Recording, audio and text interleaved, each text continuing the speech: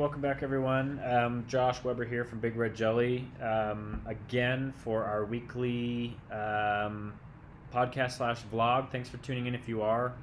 This is geared for entrepreneurs, business owners, and those who are committed to the grind, to the entrepreneurial grind that is. So we like to share little snippets that we've learned along the way in our digital marketing agency and branding agency. What have we learned, and how can that help you? Even if you don't run an agency, if you just run a business, or you're a freelancer, or you're a professional of one kind or the other, I hope that something that we share is really helpful to you guys. And as we continue to put more content out there, we'll be sure to invest more time and resources into editing these to make these a little bit more fancy. But for right now, it's literally just me talking into this mic. So this week's topic was one that has been taking up a lot of my time this past 5 business days. That is strategic partnerships.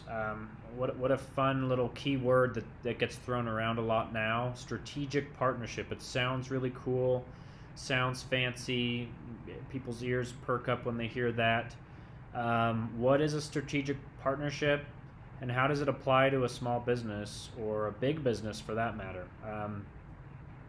I'll kind of start by our thought process here at Big Red Jelly and why I wanted us to really spend time in our strategic partnerships, how that came about, and how it's benefited us so far.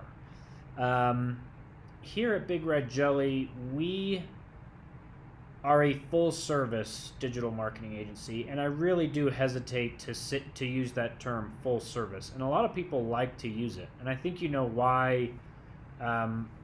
It's kind of suggested that you try not to. Obviously, the more broad that you are in your speech, in your pitching, in your sales, the harder it is to really connect with someone and their direct needs. So when you say kind of full service, for me personally, it's easy to start thinking, well, that just means you're not a specialist in anything. So maybe I don't need full service marketing. I just need help with a website. I just need help with my online reputation management. I just need help with my graphic design. But I'm going to be honest, we are full service. We do everything from graphic design to web design, social media, both organic and paid advertising, lead generation, SEO, you name it, logo design, videography, photography, it's all out there. However, we have started to realize that, hey, we're better at certain things than others. And maybe it's not that we're even better at those things. Maybe along the way, the past couple of years that Big Red Jelly has been in existence, by pure happenstance or over time and processes, or maybe just the geographic area and the market in which we find ourselves, there are 2 or 3 areas that we tend to get a lot more business in than others. Now, instead of sitting back and saying, what the heck is wrong with our other services? Why aren't they measuring up? Why are they so slow? I like to take the optimistic approach, the glass half full, and say, well, clearly we're doing something right in these 3. So for me, step number 1 is, what are we doing in these other services that we could duplicate into our services that aren't performing as well? A lot of people will jump right away into, well, let's niche right now. Let's just do web design because that's 70% of our revenue. Maybe don't do that right away. I know that's the big talk right now, is to niche. It's accelerated growth. Find your niche, get as niche as you possibly can. I don't think that's always the best idea. Why not try duplicating your process or what's happening in web design and say, okay, let's see what's happening here. Is it because our web designer is just so awesome? Is it because our onboarding process here is more defined? Is it because we have a better portfolio here? Do we have 2 or 3 super awesome clients in web design and they're just referring us to a web design business? It could be any number of those factors. So instead of jumping right away and cutting away those other revenue streams, why not try to duplicate what is working well in that area into your other services? Okay, so that's step number 1 for me. You kind of go through this checklist. After you've gone with that approach and After a significant amount of time, that's obviously dependent on a lot of variables, but after a few months, if you're noticing that there's really not any change and you still have 2 or 3 areas that are by and far kind of your bread and butter when it comes to both revenue and who you are as a business, what you're known for, that's when I think you start to think about your strategic partnerships. And again, people make the mistake of, well, I'm just going to refer it to a buddy, or I am going to outsource it and try to get a little bit back. I think there's a smarter way to go about this. You were doing that work, so you could probably leverage your expertise and your clout and your referrals more than those other options. So that's when you start to consider these strategic partner pathways. Now, there's 2 categories that I like to break them down into. There are strategic partners that do things that you used to do or that you could potentially do yourself. So, for example, here at Big Red Jelly, maybe that's online advertising. We do online advertising, but we are in the middle of several discussions with much bigger, more specifically designed agencies for online advertising, and we are considering on building a partnership there. But that is something that we are currently doing. The other category that I break out strategic partners into are things that you don't offer, never have offered, never will offer, but are still related to your industry. So I'll give you examples of that first.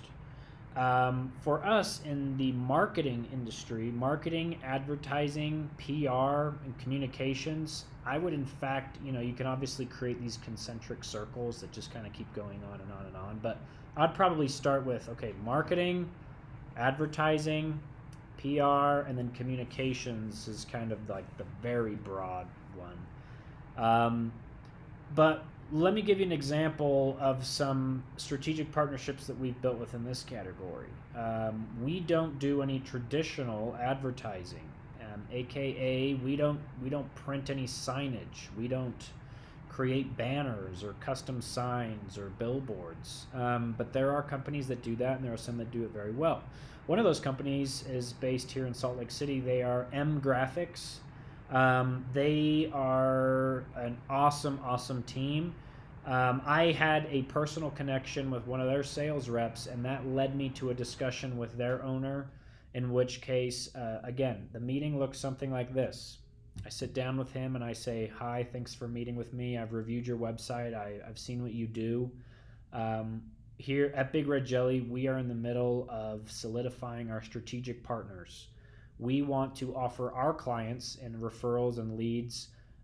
We want to be their go-to source for everything marketing, advertising, PR, and communications related, whether we directly supply them with that or not.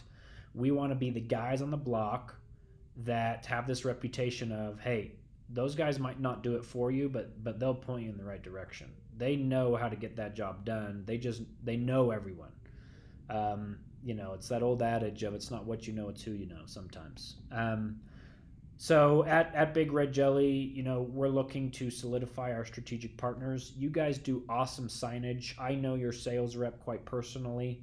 I've seen your work, I've seen your clientele, and I think there is a huge possibility here for us to refer you business and for you to do likewise for us.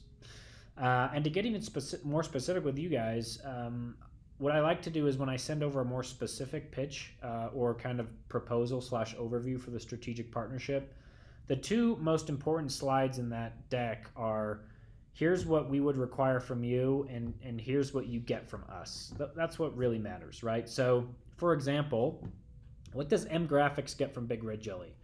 They get, let's start with the technical stuff, they get a spot on our website where we showcase their portfolio, their logo, their mantra, their mission statement, and a short about section. Shows their work, and it links back to their website. So at the very least, they're getting more website traffic, and it's a great backlink for their website for SEO purposes. Number 2 is they become our contracted and official long-term strategic partner. So any referrals or leads that we get or discussions that need to be had with our clients, and they're related to anything that they do, we point them in their direction. Number three, we offer incentives to our sales reps to land clients for M Graphics. And M Graphics usually is the one that would incentivize that. For example, $100 gift card or commission or royalty, etc. Where hey, you bring us a signed deal that's above X amount, it's a $100 gift card. There should always be an incentive for sales people out there. I love sales, and I think that they should be rewarded appropriately. And commission and small kind of surprise rewards are a great way to do that. Doesn't really have to be crazy or fancy. And then what do we get from M Graphics? We require the same thing. We want a spot on your website that talks about Big Red Jelly and our digital marketing services.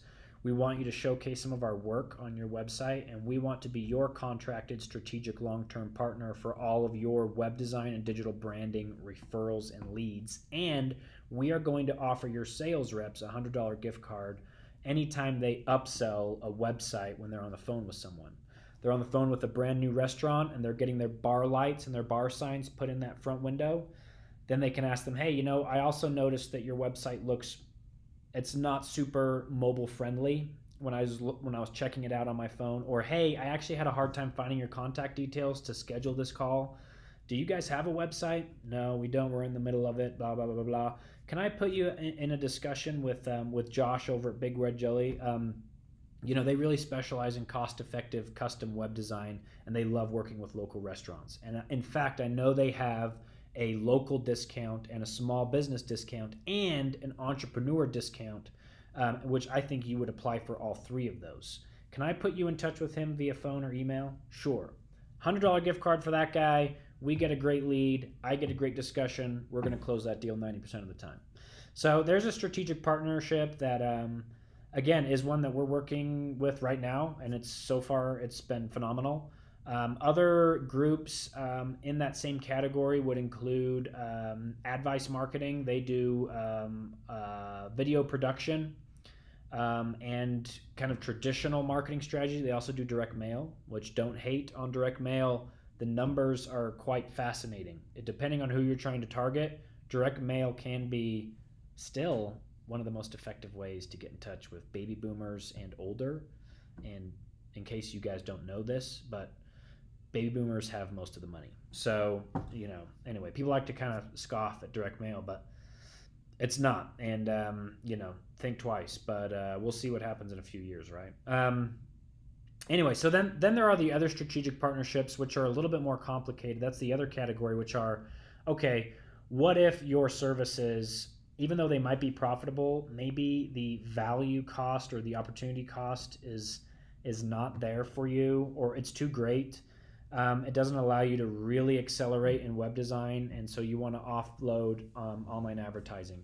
To be brief, I think those strategic partners, there needs to be more on the table. They need to be more specific, and there needs to be more incentive going both ways. Because, look, we could do online ads, but you guys are probably better at it, and we want to focus more on what we're best at and allow you to do the same. But let's really come up with a recurring commission structure so that we make sure that our clients are taken care of, and that when you send us websites, you're taken care of as well. So I won't go too much into detail in that other category. That's where it really does become a lot more, it's pretty fun. Those discussions can be very interesting. But again, I do revert back to, there should always be two key questions and statements. Hey, here's what we're going to do for you, but what are you going to do for us? Let's get as specific as possible. It's really fun to throw around the term strategic partnership and this, that, and the other. But when you really get down to it, I like to get into the tedious stuff. Hey, I want a block on your website. I want a section on your website. I want to be this big. I want 3 links back to our website. I want this many pieces of our portfolio shown on your site. I want there to be a blog post shared about us, twice in the first month. I want there to be discounted rates for our team to get online advertising from your team. I want there to be at least a monthly phone call. You see what I mean? You have to get that specific, because good fences make great neighbors. You can never be too specific in your deal making with these people, and they're only going to appreciate that as long as you're not being completely over the top. But again, strategic partnerships, they should be a win-win-win. They should be a win for you, they should be a win for your partner, and they should be a win for your client. So comment below. What are your thoughts on strategic partners? How do you go about approaching a strategic partner, and give some examples where that's worked out for you and where it has not worked out for you? Have there been any situations where you've tried to form a partnership and something went really bad, where it went sour, and why did that happen? Let's chat about it. Comment below. Tune in next week. We'll be discussing a new entrepreneurial topic each and every week. And feel free to let us know what you want to talk about a little bit more. Thank you.